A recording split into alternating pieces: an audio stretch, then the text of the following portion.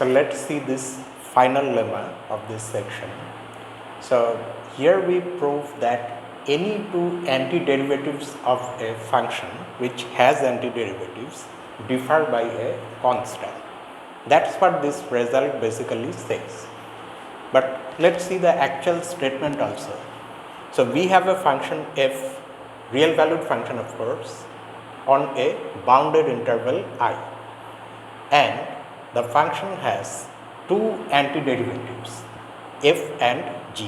What does that mean? Let us recall the notion of antiderivative also. Capital F being an antiderivative of small f means that first of all capital F is differentiable at every point in the bounded interval I, and the derivative of capital F is equal to small f for all x in I. When that happens, we say that capital F is an antiderivative of small f. So two such antiderivatives are given, capital F and capital G. Then we have to prove that there exists a constant, a real number c, such that f of x equals g of x plus c for all x belonging to I. This c is constant in the sense that this c does not change with x. This is what we have to prove.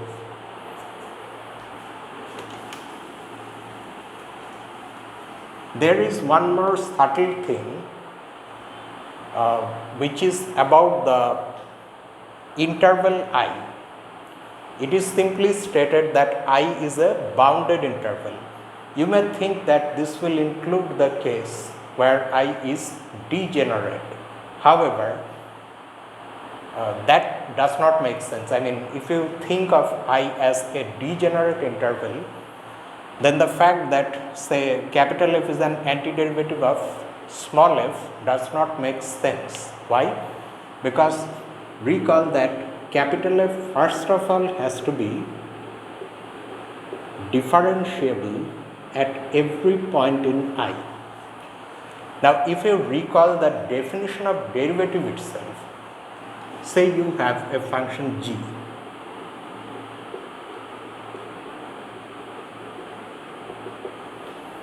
defined on some subset x of R, and suppose that x naught is a point in x and x naught is also a limit point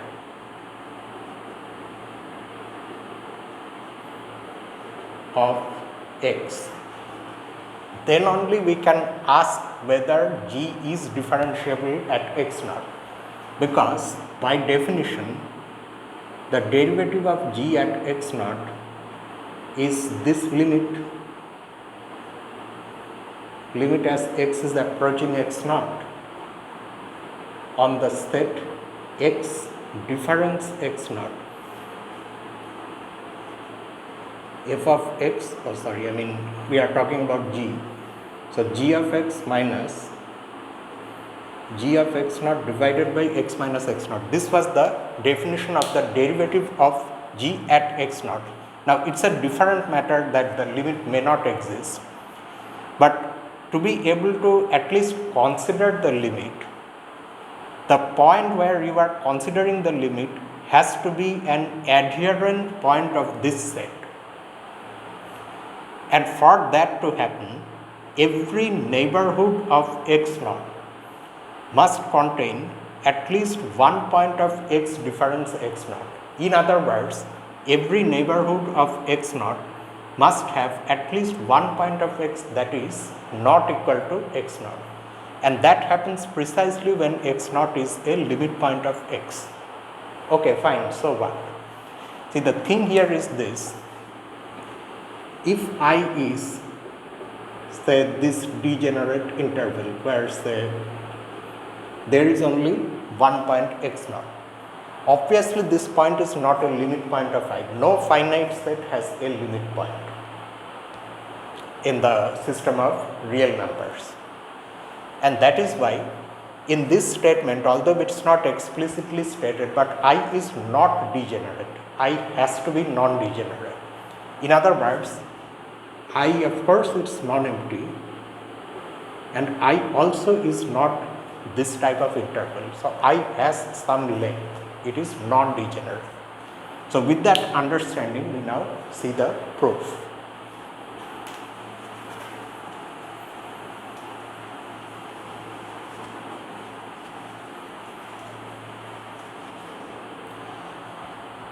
Alright, so let's start the proof like this. This proof actually is one of the exercises at the end of this section, I think the second one. So essentially we are solving that exercise. Let x and y be two elements in I such that x is less than y. This type of points exist in I because I is non-degenerate. Now,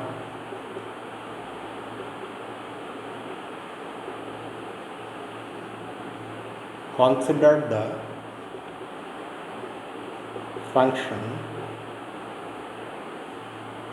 f minus g. That too, not on our entire interval I, but on this subinterval of I whose endpoints are x and y.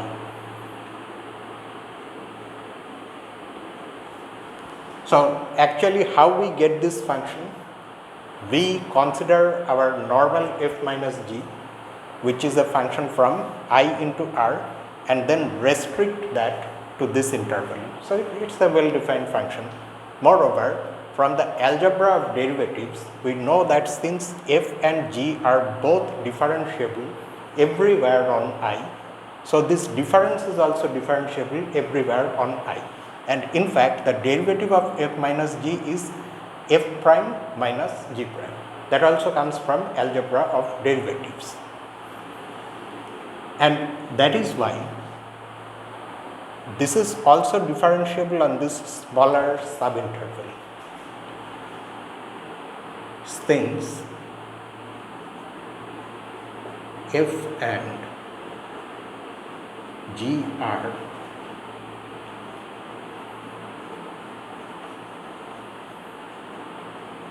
differentiable on I,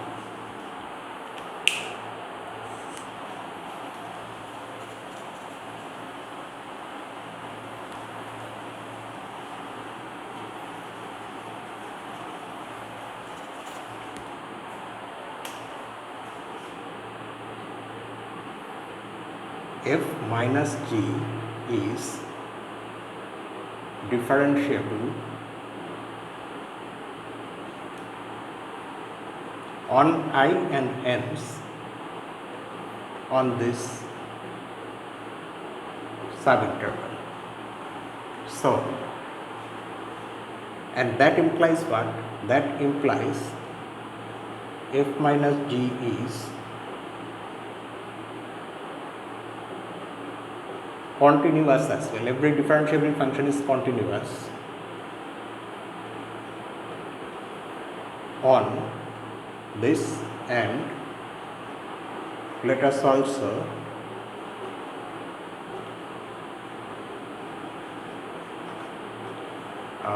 again say that this is in particular differentiable on the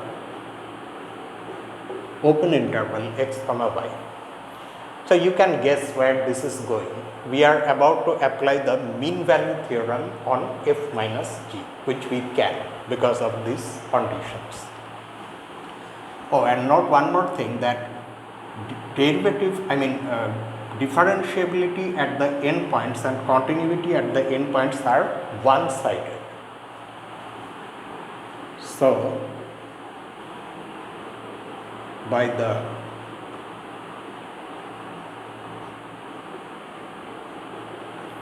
mean value theorem, which will be theorem some number, I don't remember that. So what shall we have?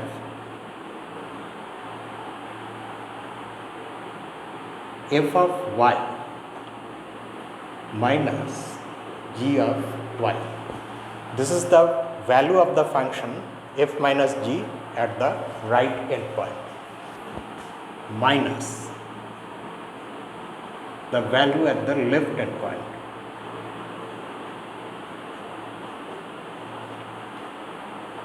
This will be equal to the derivative of the function at some point, and that derivative of course is f prime minus g prime.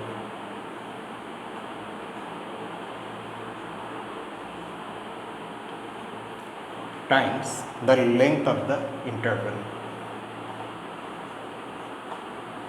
for some point z between x and y.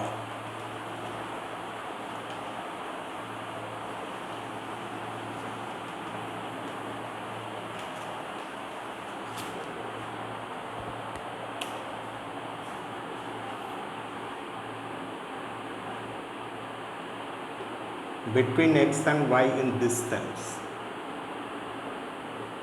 So this is what we get from the mean value theorem. However, we know something about this.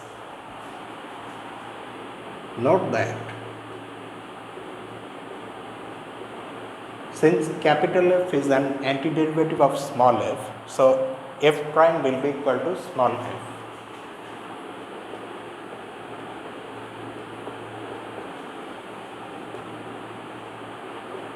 But the same can also be said about capital G.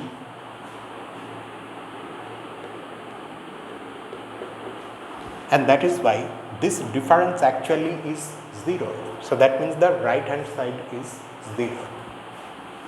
Hence, what we are getting now is this: f of y minus g of y is equal to f of x minus g of x, which you get from the left hand side. I mean, if you add this to both sides, you get that. Hence, f minus g is constant on I. From this equation itself, how can we conclude that f minus g is constant? Because recall that we started the proof by considering any 2 points x and y in I which are distinct, means one of them will be less than the other. So we just assumed that x is less than y, and then we showed that the value of the function f minus g at x is the same as its value at y. So that is why it is constant. It is constant throughout I. And that also is true because our choice of x and y are arbitrary. That is,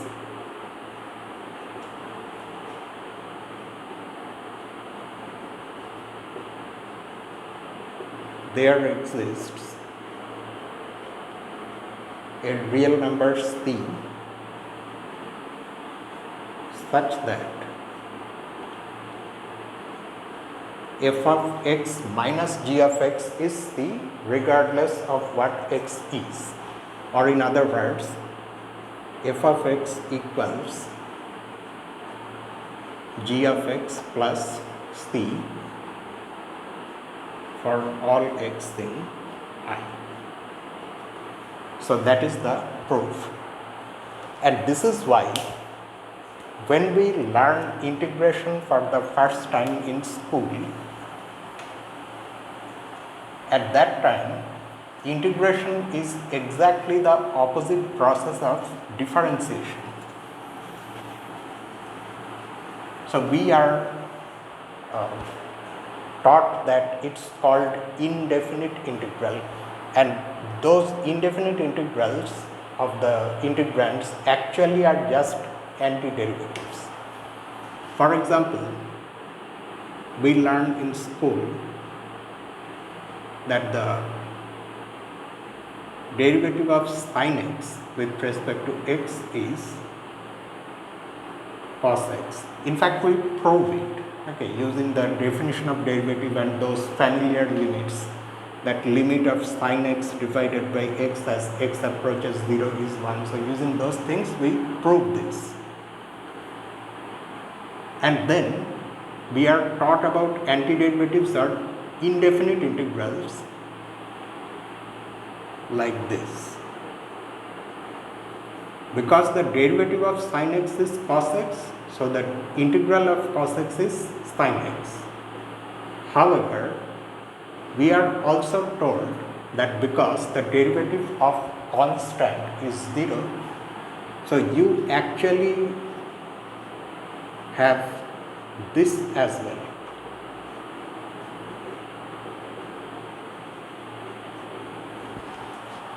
And that is why you should write sin x plus a constant. Now, by writing plus constant, you capture all these functions, but now you know that in that way, writing plus c, you actually capture all antiderivatives. Any two antiderivatives differ by a constant, or in other words, every antiderivative just looks like this. One antiderivative plus some arbitrary constant. You keep on changing the value of the constant, you get all the antiderivatives. So that's how this section ends. So in the next analysis video, we are going to solve the exercises that there are after this. And there is only one more section left. There are some consequences of the fundamental theorems of calculus that we are going to see in the next section, which is the last section of this volume 1.